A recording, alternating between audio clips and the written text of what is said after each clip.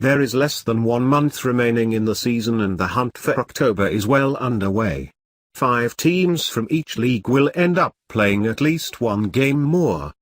The 3 division winners are guaranteed a 5-game series, while the 2 remaining teams in the league with the best records will play against each other for the right to take on the team with the best overall record. That will begin Tuesday, October 4th. This will be the 5th postseason in which the second wildcard team is included. Brought about in 2012, the second wildcard berth was introduced to make the playoff race even more exciting down the stretch. In the previous 4 seasons, 2 wildcard teams have made it to the World Series, the Giants and Royals in 2014. The Giants, the eventual winners, were technically a second wildcard team as well, showing that the inclusion of teams that wouldn't have made it before has already bore fruit. While there is still plenty of baseball left to play, roughly 15% of the season still remains, much of the postseason picture has already filled out. However, according to Fangraphs playoff odds, we can make the pencil at least a little bit darker on some teams. According to Fangraphs, the Rangers have the best odds, as good as it gets in fact, with a 100% chance of making the playoffs. With due respect to the Astros, the likelihood of the Rangers winning the division is only slightly lower at 99.6%. Next to the AL West, the AL Central is the most locked up, with the Indians holding a 91.1% chance of winning the division and 98.2% chance of making the playoffs. In all likelihood, at least 2 postseason spots are spoken for by teams from the AL East. The likely candidates being the Red Sox at 84.3% and the Blue Jays at 82.7%. Despite the Orioles being just 1 game back, the Red Sox and Blue Jays combine for 87.3% of the division odds. That's 4 spots, and there's only 1 more the American League has to offer. Here's how the race for that spot looks with just over 20 games remaining. At 75-63, the Tigers snuck up on the postseason conversation. When the calendar turned over to June, the Tigers were 4th in their division and had a .481 winning percentage. Snuck up on there. Since then, however, the team has gone 1951 to 1936 and, for a while, looked like they would present a formidable challenge to the upstart Indians for the division. Fangraphs pins the probability of the Tigers winning the division now at just 8.4%.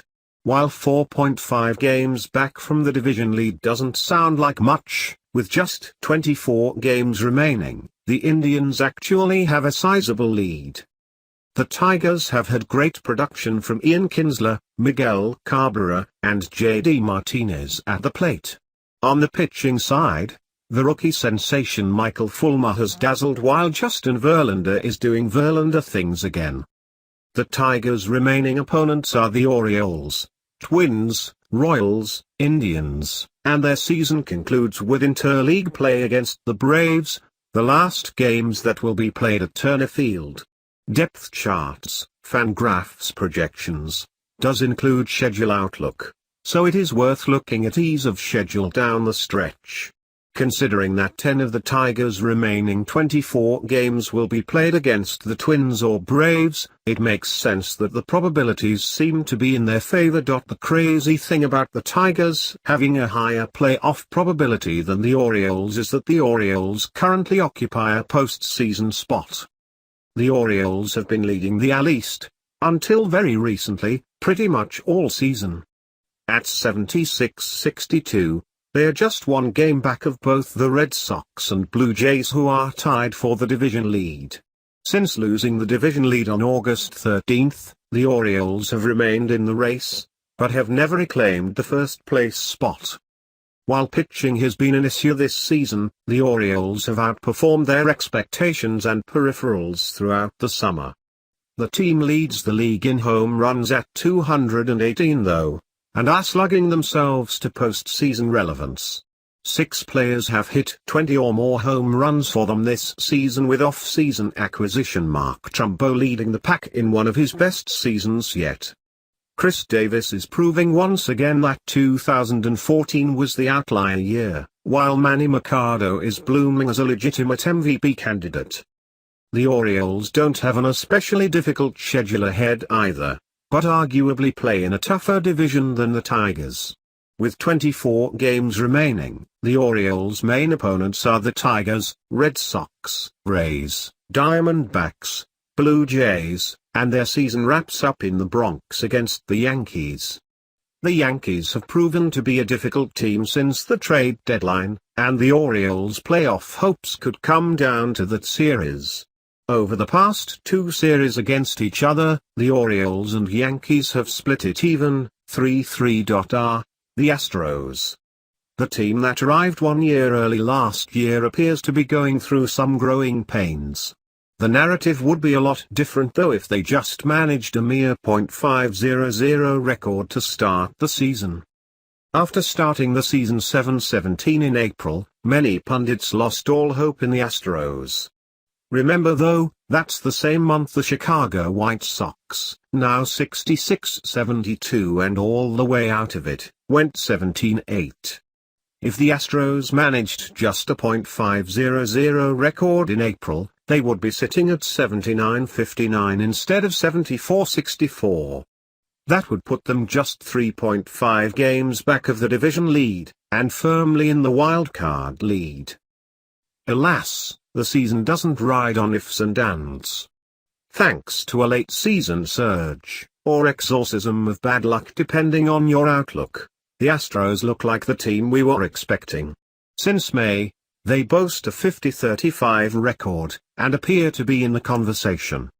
Unfortunately though, it could be too little too late, as they have the lowest fathomable, though still believable, probabilities in the majors.